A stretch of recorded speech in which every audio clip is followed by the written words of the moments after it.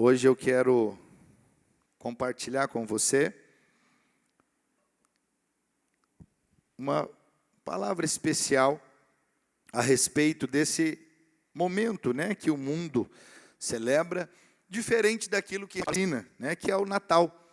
Mas eu quero trazer para você uma palavra acerca do Natal ali, na perspectiva da palavra, na perspectiva realmente da essência do que é o Natal. E eu tenho certeza que você vai sair daqui edificado, abençoado, vai sair daqui melhor do que você entrou. Você pode dizer amém? Lucas, Evangelho de Lucas, capítulo 2, versículo 7, diz assim: Então Maria deu à luz o seu filho primogênito, enfaixou o menino e o deitou numa manjedoura, porque não havia lugar para eles na hospedaria. Mesmo assentados, curve a sua cabeça, vamos orar. Pai, oramos ao Senhor nessa manhã para que o Senhor nos traga revelação, nos dê revelação desta verdade registrada aqui no Evangelho de Lucas.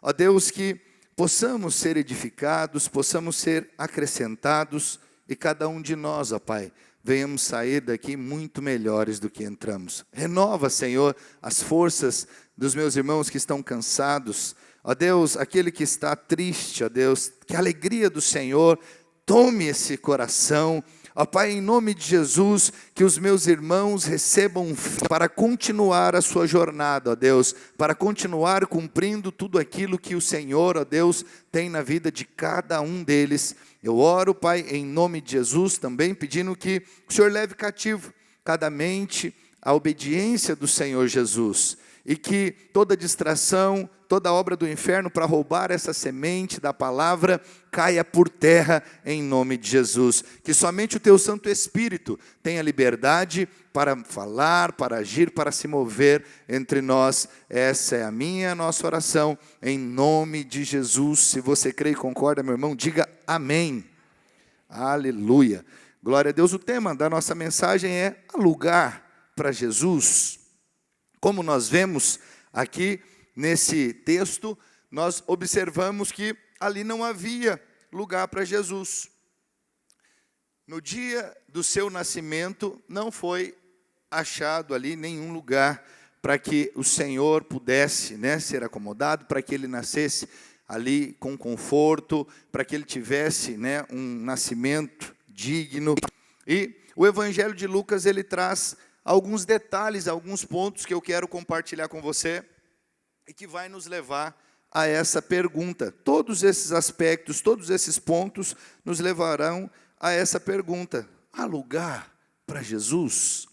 Será que na minha, na sua vida, há lugar, pastor, mas eu já sou do Senhor, eu já sirvo a Deus? Mas acredite em mim que, apesar de servirmos a Deus, sermos servos do Senhor, termos recebido Jesus como nosso Salvador, muitos de nós, às vezes, facilmente somos distraídos e perdemos de vista Jesus, perdemos de vista o Salvador, e acaba que ele deixa de ser o primeiro, acaba que ele deixa de ter realmente a primazia nas nossas vidas, aonde muitas coisas concorrem conosco, concorrem com o nosso Deus.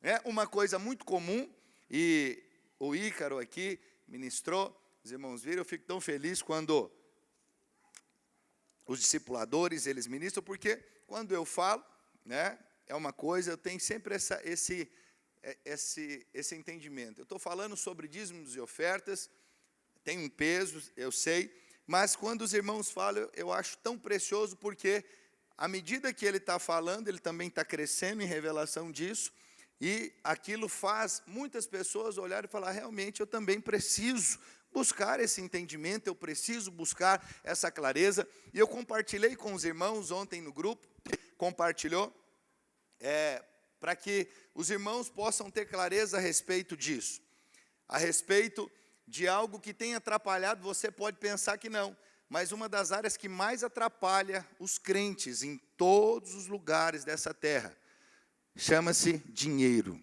chama-se, recursos financeiros, que tem impedido muitos irmãos de realmente acessarem uma vida em Deus abundante. Porque o dinheiro tem sido realmente o instrumento para tirar a paz, para tirar a alegria, para tirar o descanso. Então, muita gente tem dado o lugar de Jesus para o dinheiro. E é tão interessante, não sei se você quer ver que, você quer perceber se Jesus tem tomado, se qualquer outra coisa tem tomado o lugar de Jesus, é que quando falamos de algo, para que você ali faça ou abra mão por ocasião do reino, se aquilo ali te incomoda, mostra que aquilo ali ainda tem mais peso na sua vida do que o próprio Deus. Fala de dinheiro, isso te incomoda? Quando na igreja fala de dízimo e oferta, isso gera em você um incômodo, você fala, lá, esse negócio de oferta, de primícia, esse negócio, você fica ali, sabe, tentando disfarçar, fica, deixa eu olha no celular, você ignora qualquer mensagem que fala a respeito disso, isso é um sinal que aquilo ali ainda está tomando lugar de Deus na sua vida. Ele tem um peso maior, ele é mais importante. Não é só, eu estou falando de dinheiro, mas não é só o dinheiro. É que o dinheiro é uma das coisas que mais concorre, não é por acaso que na Bíblia tem mais de 2.000 menções a respeito de dinheiro. Por que Jesus gastou tanto tempo, a Bíblia gastou tanto tempo falando de dinheiro? Porque ele sabia que é uma das coisas que mais ia concorrer com ele, que mais tomaria o lugar. E se nós não aprendermos a lidar com isso, nós vamos ficar sempre colocando o Senhor em segundo plano, nós vamos sempre ficar ali usando de desculpas e outras coisas para não honrar o nosso Deus. E sabe o que é o pior de tudo isso? É só nós que somos prejudicados. Deus, Ele quer fazer coisas grandes, extraordinárias, nós achamos que Ele está querendo algo nosso, que Deus está querendo tirar de você. Preste atenção, o Ícaro falou aqui, quando Deus, Ele pede algo para você, Ele não pede porque Ele precisa, Ele pede porque Ele quer te abençoar mais. E ele usou a palavra certa, Ele te oportuniza, Ele te dá oportunidade. E aí Ele fala, eu quero que você faça isso. Aí você fala, Deus precisa de dinheiro, Ele é um Deus que não precisa de nada, é autossuficiente. A mesma coisa quando Ele te chama para pregar o Evangelho, Ele te chama para se tornar um líder, um pregador das boas novas, aí você resiste, você fala, mas Deus, Ele poderia usar os anjos, Ele poderia, veja, mas Ele escolheu você, Ele está te dando essa oportunidade, e através dessa oportunidade, acredite, Ele vai fazer coisas extraordinárias na sua vida.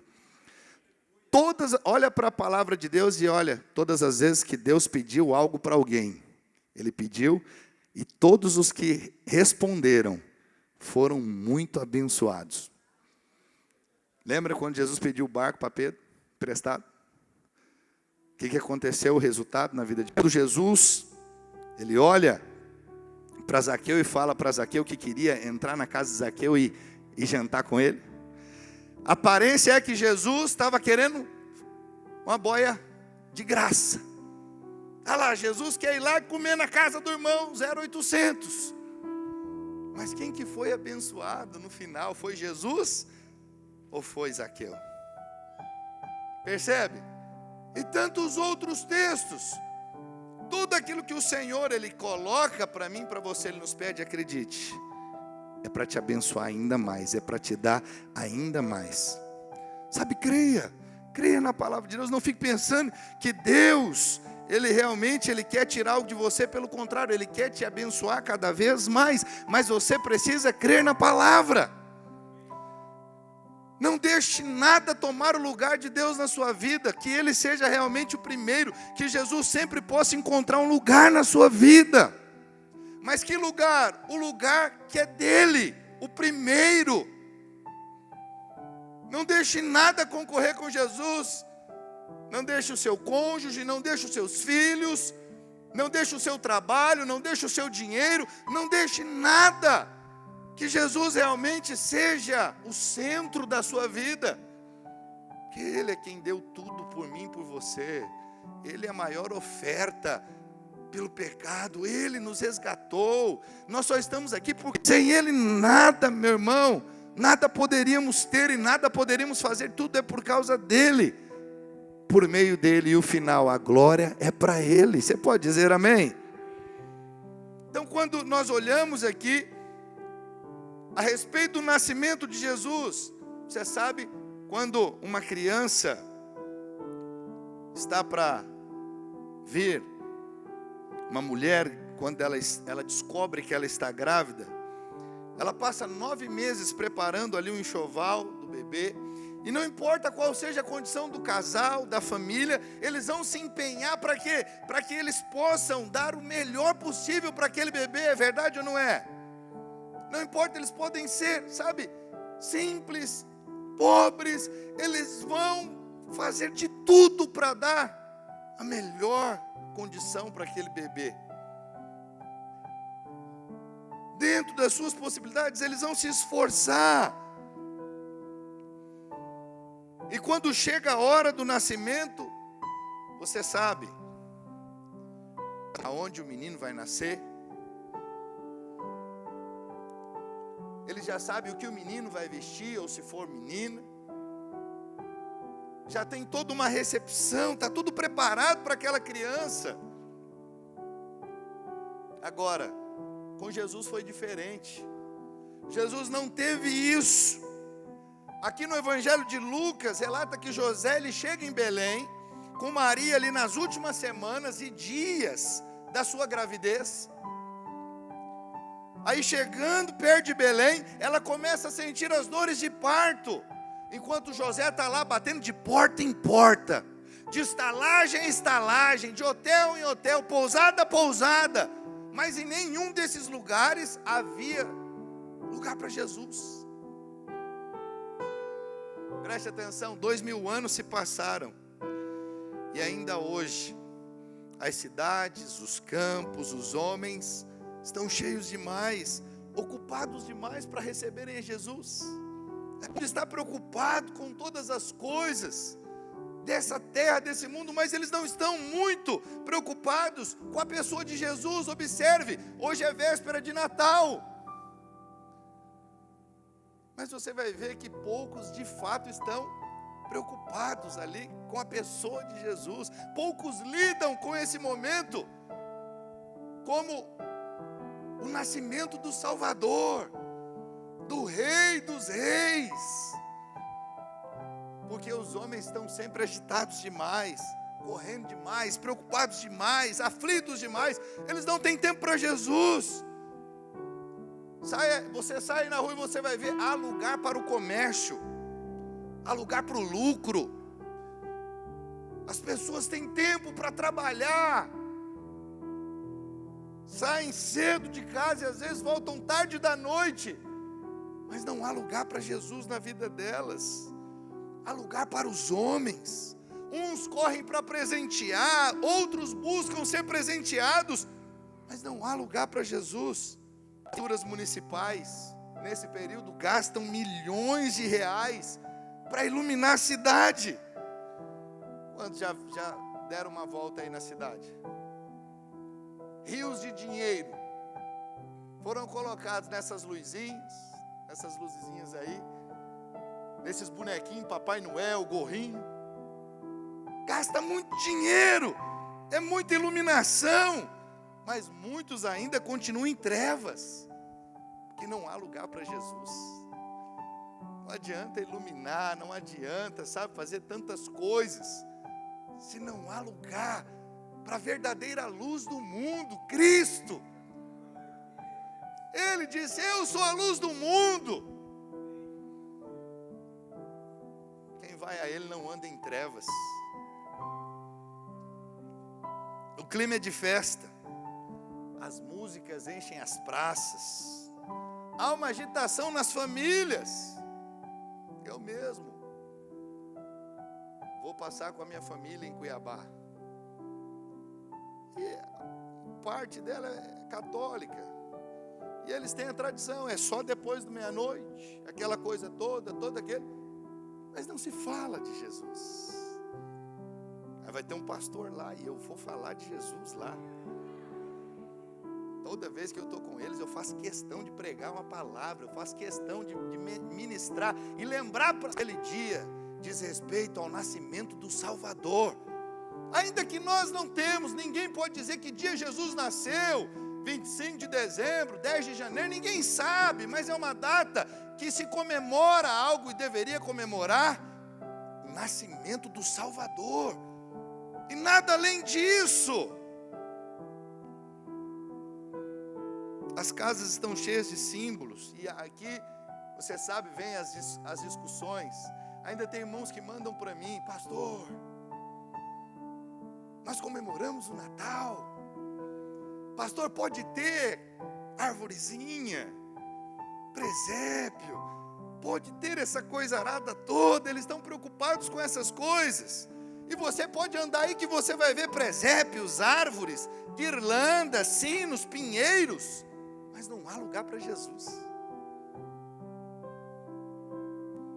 Por isso a minha pergunta hoje para você é: há lugar para Jesus na sua vida? Hoje eu quero refletir com você sobre algum tal do nascimento de Jesus. Eu quero mostrar para você que cada um desses detalhes dessa história faz ecoar essa pergunta: há lugar para Jesus? O primeiro detalhe que eu quero chamar a sua atenção é para a estrebaria. Está aqui no texto que nós já lemos.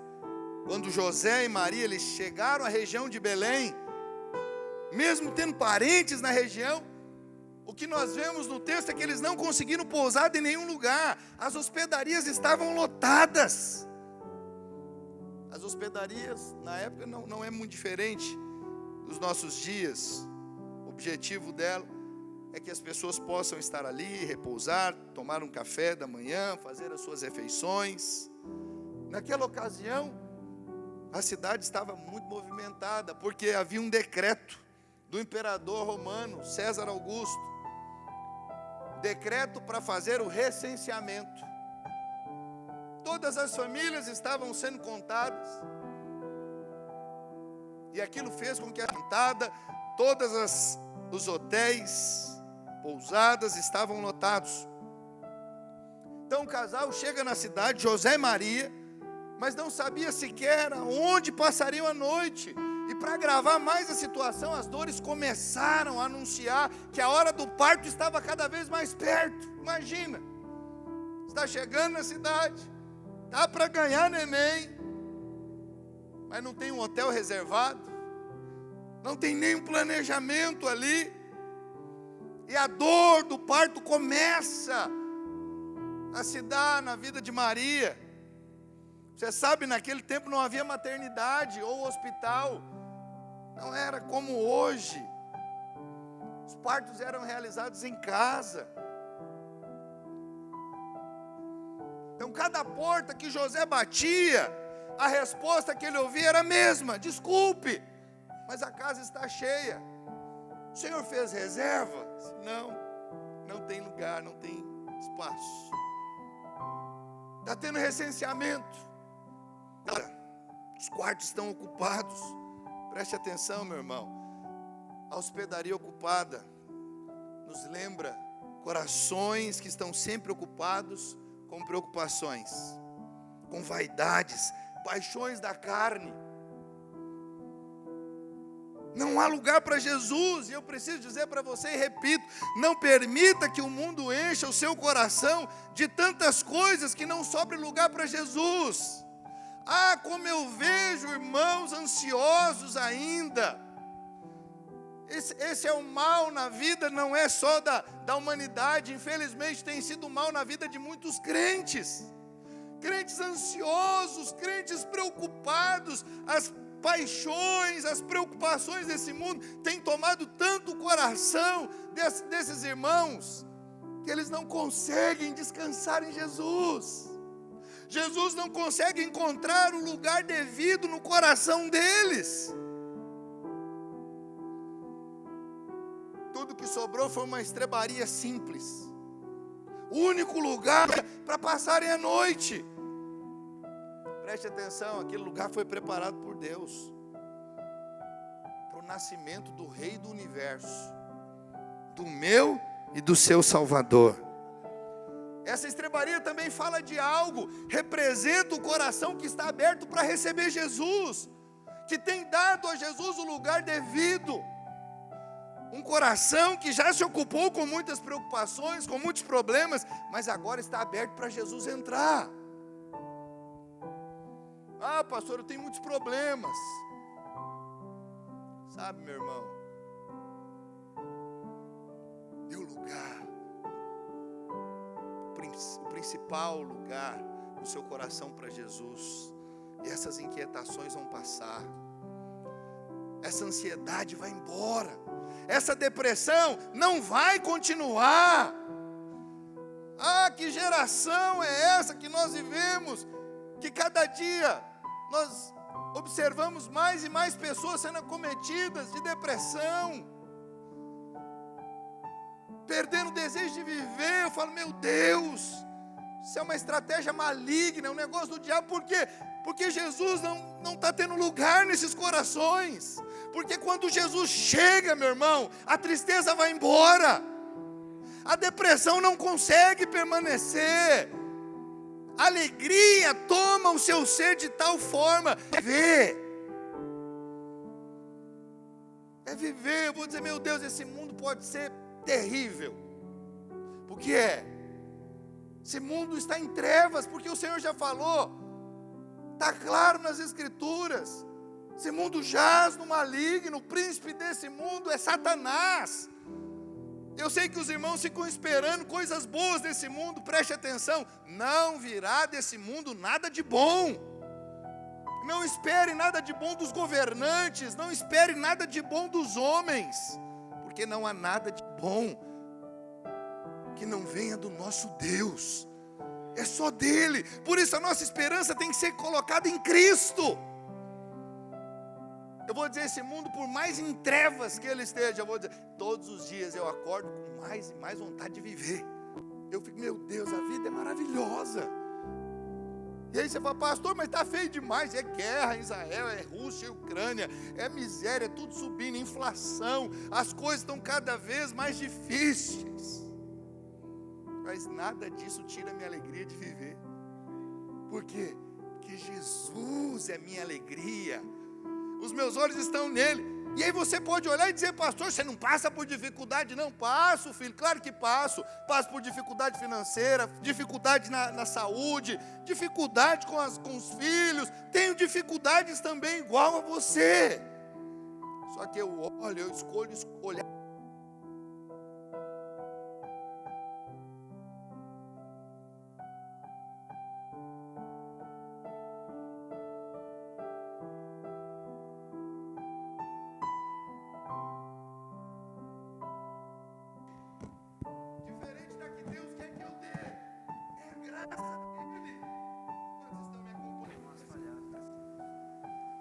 Aleluia. O alto. Eu gosto de usar muito essa frase. Todo encontro com Deus, raramente eu não mencionar essa frase. Mas eu ouvi essa frase certa vez. Alguém dizendo, dentro do coração humano há um vazio tão grande que cabe Deus dentro. E nada nesse mundo pode satisfazer este coração, a não ser a presença do Senhor Jesus. O homem precisa entender, você foi criado, e você tem um espírito, e esse espírito é como uma luva, e o formato dessa luva é o formato perfeito, que só cabe Deus. Enquanto Deus não ocupar esse lugar, você não pode viver uma vida plena, abundante. Jesus precisa encontrar esse lugar no seu coração, no seu espírito. Voltando para a história, sabe o que é mais interessante? Segundo alguns historiadores, aquela estrebaria, ela era utilizada por muitos viajantes ali para abrigarem ovelhas que estavam sendo levadas para Jerusalém, sabe para quê? Para o sacrifício, para serem abatidas no templo. Nada na Bíblia é por acaso, tudo ali está em harmonia, é perfeito. Naquele mesmo lugar haveria de nascer Jesus, o Cordeiro de Deus, que um dia seria levado para o sacrifício em Jerusalém. Aquela estrebaria não foi um acaso, mas foi um arranjo divino. Eu sei que nós olhamos aqui para todas as circunstâncias e podemos dizer: Jesus não nasceu, Jesus nasceu naquela estrebaria porque não tinha outro lugar. Mas a verdade é que Jesus não nasceu naquela estrebaria porque as hospedarias estavam cheias. Não nasceu naquela estrebaria porque alguém lhe fechou a porta na cara. Jesus não nasceu naquela estrebaria porque a cidade estava lotada. Jesus nasceu naquela estrebaria porque de fato Ele é o Cordeiro de Deus que tira o pecado do mundo. Era necessário que assim fosse. E assim como aquela estrebaria, ouça isso, como aquela estrebaria se abriu para o nascimento do Filho de Deus, cada homem precisa abrir o seu coração, para que Jesus possa fazer morada, para que Jesus possa governar. Preste atenção, não é só entrar, mas é governar a sua vida. Não é simplesmente dizer: Senhor, entra na minha casa, entra na minha vida. Mas também temos que fazer uma oração: governa, Jesus, a minha vida. Eu sempre gosto de dizer isso. As pessoas gostam, querem um Salvador, mas elas não querem o Jesus Senhor, elas só querem um Salvador. Elas querem aquele que vai livrá-las da morte, do inferno, da condenação, mas eles não querem fazer o que Jesus manda, que aí é o Senhor. Ele diz: por que me chamais Senhor, Senhor, se vocês não fazem o que eu vos mando? Ele é meu Salvador, mas eu quero que Ele seja o meu Senhor todos os dias. Eu não quero andar segundo a minha mente, segundo a minha vontade, as minhas emoções, segundo a minha alma. Eu quero andar segundo a direção do Espírito. Eu quero fazer a vontade do meu Senhor, porque se eu não for por esse caminho, eu vou errar demais, eu vou sofrer demais, eu vou dar muito murro em ponta de faca, eu vou suar demais. O Senhor não tem essa vida para nós, é só nos submetermos à vontade dEle. Quantos estão entendendo? Diga amém. Abra o seu coração, deixa Jesus governar a sua vida, deixa Ele tomar ali o primeiro lugar, o lugar mais importante. Deixa Ele tomar as decisões, deixa Ele dizer o que você deve fazer ou não, deixa Ele, porque Ele sempre. Você pode dizer amém? Primeiro aspecto que eu quero que você se atente é a estrebaria. Não foi por acaso que o Senhor nasceu ali. Corações simples, corações que reconhecem que precisam de um Salvador. É ali que o Senhor pode habitar e fazer morada e fazer as coisas realmente acontecerem na nossa vida. Como aquela simples estrebaria, assim deve ser o nosso coração. Mas o segundo detalhe que eu quero chamar a sua atenção para ele são os panos que Jesus foi enfaixado. Tudo é perfeito, palavra de Deus. E é impressionante que o nosso Senhor, Ele tenha vindo ali ao mundo na forma de um bebê. Jesus poderia ter vindo na forma de um homem feito, mas não, Ele não veio assim. Ele poderia descer numa nuvem cheia de glória e ninguém duvidaria que Ele era o Filho. Mas Ele se submeteu a nascer no ventre de uma jovenzinha. Ele, sendo Deus, se encolheu na forma de um bebê, morou 9 meses no ventre de uma virgem e por fim nasceu numa estrebaria. Oh meu Deus, como um Deus pôde fazer algo assim? Ele se humilhou, Ele se rebaixou, como diz a palavra, Ele deixou a sua glória. Alguém que não tinha limitações alguma, decidiu ter que aprender a falar, ter que aprender a andar, ter que aprender todas as coisas com seus pais, José e Maria. Quanta humildade! E aí nasceu o texto na sequência, deixando claro que Maria tomou um menino e o enfaixou em panos. Olha lá, Lucas 2,7. É o texto que nós lemos. Então Maria deu à luz o seu filho primogênito Parei aqui porque a minha ênfase aqui é o menino, o Senhor Jesus sendo enfaixado. Sabe o que é muito interessante aqui? Maria não tinha um enxoval apropriado. Os historiadores dizem que ela utilizou alguns pedaços de pano, de linho, que já estavam naquela estrebaria. O que esses panos estavam fazendo na estrebaria? Preste atenção, havia panos velhos de linho. Esses panos eram utilizados ali para envolver as ovelhas recém-nascidas, para preservá-las do frio, do relento, para que elas pudessem sobreviver. As ovelhas ali que os pastores cuidavam e que estavam preparando para quê? Para o sacrifício. Foi com panos de linho que Jesus foi envolvido quando ele nasceu. E sabe o que é interessante? Quando Jesus morreu também foi com pano de linho.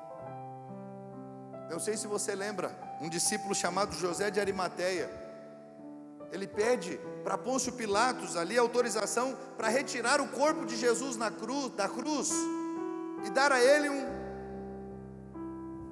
um velório digno, um enterro digno. Os capítulo 15, verso 46, eu coloquei na tradução da linguagem de hoje, só para realçar mais o que eu quero te mostrar. José comprou um lençol de linho, tirou o corpo da cruz e o enrolou no lençol. Em seguida pôs o corpo num túmulo cavado na rocha e rolou uma grande pedra para fechar a entrada do túmulo. Preste atenção, na morte e no nascimento, Jesus foi envolto no linho. O mesmo linho que envolvia as ovelhas para o matadouro também envolveu o Cordeiro de Deus após o seu sacrifício. E como eu te falei, nada na Bíblia por acaso. O linho na Bíblia fala de atos de justiça. Preste atenção, irmão. Jesus foi o responsável. Ele tomou sobre si a responsabilidade de se fazer justiça em nosso lugar. Nenhum homem pode ser justificado por suas obras. Por maior que você seja, por mais dedicado e empenhado a Deus que você seja, você não pode se justificar. A justificação só se pode alcançar em Cristo, pelo seu sacrifício. Então ele foi envolvido no linho quando ele morreu, quando ele foi imolado, para que eu e você pudéssemos ser justificados. Jesus, ele tomou o nosso lugar, o nosso castigo, e ele então nos deu a sua justiça. Preste atenção, todos os dias você tem que se lembrar disso. Você é justiça de Deus em Cristo Jesus. Não importa o que dizem a seu respeito, não importa o que o diabo fala, importa o que Deus diz a seu respeito. Você, Rafael, é justiça de Deus em Cristo Jesus. Apesar das suas faltas, dos seus erros, você diante de Deus é justiça. Você foi justificado. Não há mais condenação para aqueles que estão em Cristo Jesus. Uma outra coisa interessante é que Jesus nasceu num lugar emprestado, e quando ele morreu, igualmente, ele foi sepultado numa sepultura emprestada. Tudo isso por quê? Porque não havia lugar para Jesus. Por isso a pergunta que se faz hoje é: há lugar para Jesus em seu coração? Isso me introduz ao terceiro e último ponto. Terceiro e último detalhe que eu quero que você se atente. Primeiro, a estrebaria. Segundo, o lençol de linho. Você entendeu? Que diz respeito à justificação que nós recebemos pela fé em Cristo, por causa do sacrifício dele. Você é justiça de Deus em Cristo. Depois que Você recebeu o Salvador no seu coração, como aquela estrebaria. E então, o Senhor agora ele é colocado numa manjedoura. Se você não sabe o que é manjedoura, manjedoura é um coxo. É um lugar onde se coloca o alimento, o gado, comer.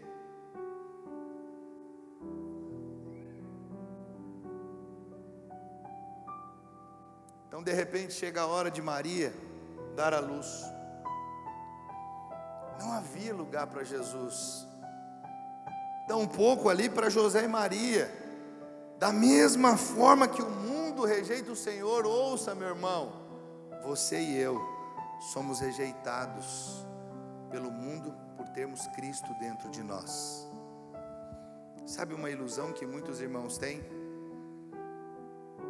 É que o mundo vai aceitá-los. O mundo nunca vai te aceitar. Pare de querer aceitação do mundo. Pare de querer a aprovação do mundo. O mundo é contra aqueles que carregam Cristo dentro de si. O mundo é só porque você é cristão.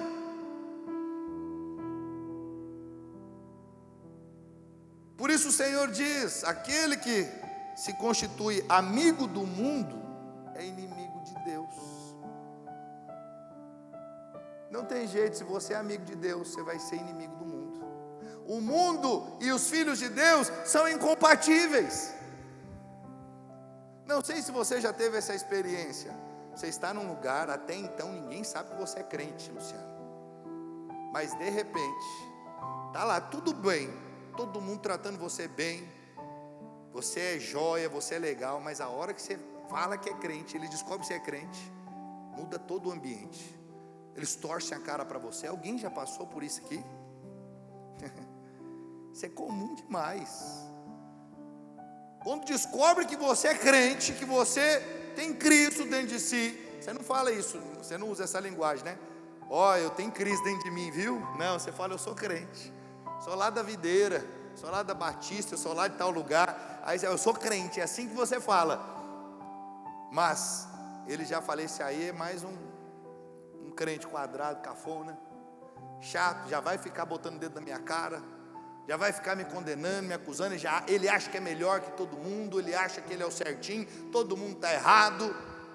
Então o mundo vai te rejeitar. Não espere a aceitação do mundo. Eu vejo irmãos lá no meu trabalho, todo mundo me odeia. Tem que ter uma série, todo mundo odeia o crente, todo mundo odeia o Cris, né? Mas essa série eu acho que é para ser todo mundo odeia o crente. Tem? Aí. Que é verdade, o mundo odeia o crente. Por isso, irmãos, Jesus nasceu numa estrebaria, foi envolto em panos e em seguida colocado numa manjedoura, que não havia lugar para ele. Lucas 2,7. Então Maria deu à luz o seu filho primogênito, enfaixou o menino e o deitou numa manjedoura, porque não havia lugar para eles na hospedaria. Está claro aqui, não havia lugar. A razão de todo esse acontecimento, fala a verdade, Jesus poderia ter nascido no melhor hotel desse planeta, poderia ter nascido no palácio de Buckingham, no Reino Unido, poderia ter nascido na principal maternidade do Império Romano, poderia ter nascido em um lugar coberto de diamantes, rubis, pérola, mas ele escolhe nascer numa estrebaria, o lugar onde se coloca animais na época do inverno, para que eles não morressem ao relento e ao frio.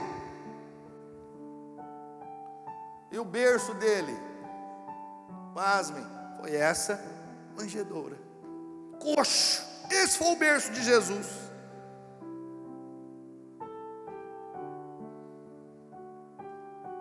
Qual que é a tradição que nós estamos acostumados a ver, que a católica eternizou da manjedoura, né? Que é uma treliça de madeira com feno por baixo, coberta de panos. Mas você sabe, isso não é representação da verdade. Essa imagem da manjedoura de madeira Nasceu lá em 1220 depois de Cristo, com São Francisco de Assis. Na época, a Igreja Católica ela era a única igreja. E o padre ele rezava a missa em latim, de costas para o povo. E ninguém. E aí havia um recurso para as pessoas entenderem o que o padre havia falado. No pátio externo da igreja, depois da missa, eram ali encenadas peças simples, rústicas, mas eram peças ali que contavam a história daquele que foi anunciado e falado na leitura do Evangelho pelo padre latim, de costas para o povo. E aí Francisco de Assis teve uma bela ideia, ali para mostrar de fato como foi, de uma forma simbólica, o nascimento de Jesus. Aí, da onde saiu esse cenário, que você já está acostumado a ver, na entrada da igreja, lá Maria e José, animais, os reis magos, sabe o que é curioso? Que sequer estavam lá, mas os reis magos são colocados. Os reis magos só foram se encontrar com Jesus praticamente quando ele estava completando, mas ele já consta ali, já os reis magos já aparecem, mas a intenção era só para fazer um retrato, para que o povo entendesse aquele evento. Só que preste atenção, há um erro ali que permanece até os dias de hoje. O bebê Jesus, ele foi colocado num móvel feito de treliças, de madeira, forrado de feno. Você fala, pastor, e daí? O que importa? Importa e muito, porque tira todo o sentido original da palavra, a essência do que a palavra traz. O lugar onde Jesus repousou pela primeira vez depois dos braços de Maria foi nessa manjedoura. Sabe o que significa manjedoura no italiano? Talvez você já ouviu essa expressão, até às vezes usa ela, mangiare. O que é mangiare? Brocar? Brocar, mangiare, comer. Tudo ali, Breno, se eu falasse outra palavra, ele falava broca também. Tudo ele lembra de comida, né? Brincadeira, Breno. Preste atenção, a manjedoura não é uma treliça de madeira com um pouco de palha. A manjedoura é um bloco de pedra escavada. E isso tem todo o sentido, isso é muito importante você compreender, porque nesse lugar uma espécie de coxo, que se colocava o alimento para os animais comerem, Jesus foi colocado ali. Ele, que é o pão da vida, é colocado ali num lugar, que é o lugar onde mais tarde o seu corpo seria sepultado, também numa pedra escavada. Da mesma forma que ele foi envolto num lenço de linho, quando nasceu, também quando ele morreu, foi envolto num lenço de linho. Quando ele nasceu, ele foi colocado num coxo de rocha escavada, que já retratava onde ele seria colocado também quando ele fosse sacrificado. Na rocha escavada, numa pedra escavada. Eu coloquei a imagem aí do coxo. Olha lá. Nasceu, foi colocado num coxo, uma rocha escavada. Foi morto, foi colocado também numa rocha escavada, numa pedra escavada. 33 anos depois, o corpo dele foi embrulhado em panos de linho e colocado nessa sepultura. Mas ao terceiro dia ele sai de dentro daquela sepultura, sendo ele mesmo o pão da vida. A palavra é perfeita. O lugar que ele foi colocado quando nasceu, lugar de alimento, sendo ele o pão da vida. Ele é o verdadeiro alimento. Ele é aquele que pode de fato saciar a minha e a sua fome. Essa fome que só Ele pode saciar, porque só Ele é o pão da vida. Preste atenção, tudo isso é para que você entenda. Jesus foi o único bebê na face da terra, em toda a história, que nasceu para morrer. Jesus nasceu para ser sacrificado. Esse foi o plano de Deus para resgatar a humanidade, por ocasião do pecado que Adão cometeu lá atrás. O primeiro Adão desobedeceu, o segundo Adão, que é Cristo, obedeceu até a morte, morte de cruz. E pela obediência dele, todos nós agora podemos ali acessar ao trono de Deus, e agora nós somos co-herdeiros. Então Jesus numa caverna nasceu, numa caverna foi sepultado. Não teve lugar ao nascer e também não teve lugar ao morrer. Foi rejeitado no seu nascimento e foi rejeitado na sua morte. E até hoje, milhares de pessoas continuam fechando a porta dos seus corações para Jesus. Por isso, a pergunta mais importante que podemos fazer nesse Natal é: há lugar para Jesus? Há lugar para o Senhor? Quero concluir contando para você uma história. Certa vez um professor de psicologia, cristão, de uma renomada universidade europeia, ele pegou uma folha de papel, escreveu nessa folha Natal, e ele entregou essa folha para 4. E ele pediu para que esses alunos escrevessem ou desenhassem, logo após aquela palavra Natal, todos os objetos e eventos que lhes viessem à mente relacionados com a tão festiva data.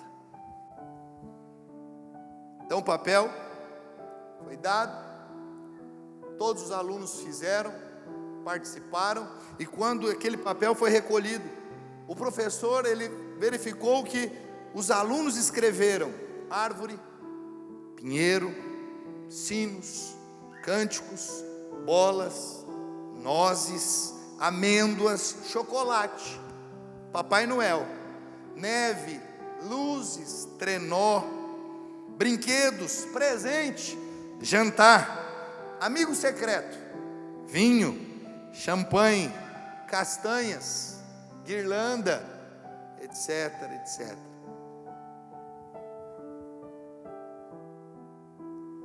Em nenhum momento apareceu escrito naquela folha qualquer coisa que fizesse menção ao nascimento de Jesus. Não tinha. Então o professor ele pega e ele explica sobre o verdadeiro significado do Natal. E em seguida ele pede para que os alunos escrevessem na folha o nome que mais representava o Natal. Nessa hora um aluno ele se levantou e ele disse: professor, sabemos que o nome é Jesus, não há mais lugar na folha para ele. Então o professor, decepcionado, ele concluiu que, assim como na folha que os alunos rabiscaram, também na mente e nos corações daqueles jovens frenéticos e inconsequentes, não havia lugar para o infante de Belém. Preste atenção, não houve lugar lá em Belém. Infelizmente, continua ainda hoje não tendo lugar em muitos corações humanos para o Salvador fazer neles morada. Eu de novo pergunto para você, e quanto a você, há lugar para Jesus em seu coração? Que nesse Natal, cada um de nós, onde quer que nós estivermos, possamos fazer menção do que é de fato o Natal. Natal é uma pessoa, chama-se Jesus, que deu a sua vida por mim e por você, que tomou o nosso lugar de morte, de condenação, para nos dar vida e a sua justiça. Sabe, meu irmão, não se perca nesses detalhes tão pequenos que eu vejo tantos irmãos se perdendo. Pastor, bolinha, pinheiro, luzinha, pode ter em casa. Você é livre, filha, você é livre. Só não se esqueça de uma coisa: exalte o nome daquele que de fato é o protagonista e é a razão e o motivo de existir essa data, Natal. Que Ele seja o meu e o seu verdadeiro Natal. E como ontem, pastor Aloysio, que eu compartilhei com os irmãos, e eu vi isso, começou a se espalhar entre os pastores, eu falei, isso também tem que se espalhar na nossa igreja. Ao invés de você falar para as pessoas Feliz Natal, diga Feliz Dia do Salvador. Vamos fazer as pessoas entender que esse dia é o dia do Salvador, que é o Filho de Deus que veio a esse mundo para nos resgatar, para nos salvar, para nos dar vida e vida em abundância. Você pode dizer amém? Fique de pé aí onde você está. Aleluia.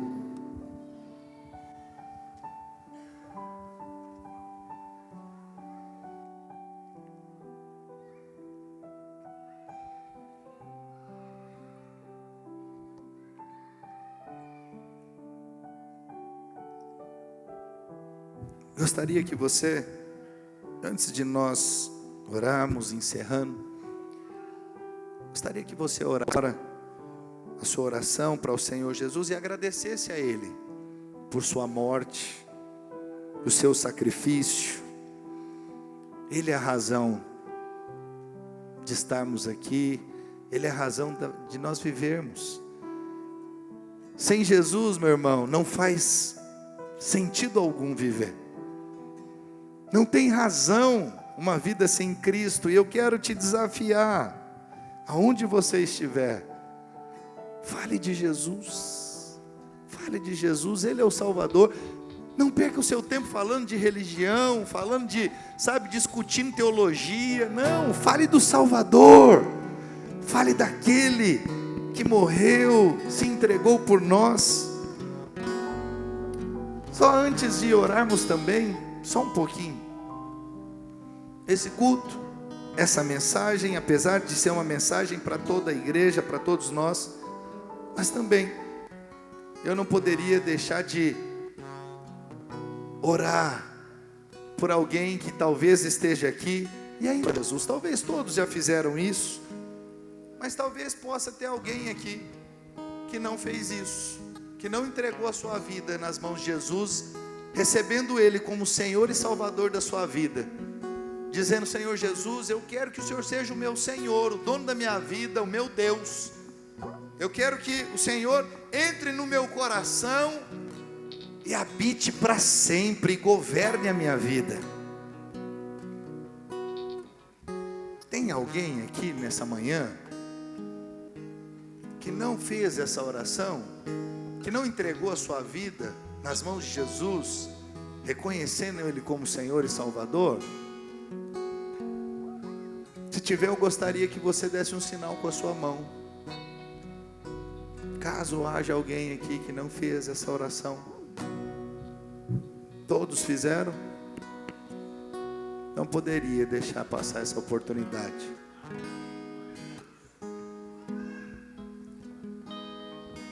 Aí eu vou viajar em paz. Estamos todos aqui em família, todos já receberam o Salvador. Você fala: por que, pastor? Se não tem alguém que não aceitou Jesus, não é família?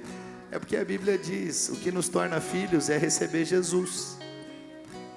Mas a todos quantos o receberam, deu-lhes o poder de serem feitos filhos de Deus, a saber, os que creem no seu nome.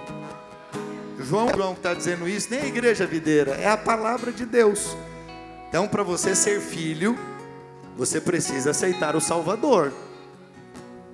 Por isso eu digo, se ninguém aqui precisa aceitar o Salvador, é porque já aceitou e já é filho, amém? Mas eu ainda, depois disso, eu ainda faço de novo, mais uma vez. Tem alguém aqui que ainda não fez essa oração e não entregou a sua vida, eu quero orar com você e por você, se tem alguém que gostaria de fazer isso. Não? Podemos orar então? Encerrando? Aleluia. Que o Senhor use cada um de vocês nessa reunião que vocês vão ter com familiares, amigos. Ore, fale do Salvador, faça o apelo para que alguém receba Jesus ali e a vida dele e dela possa ser transformada. Amém?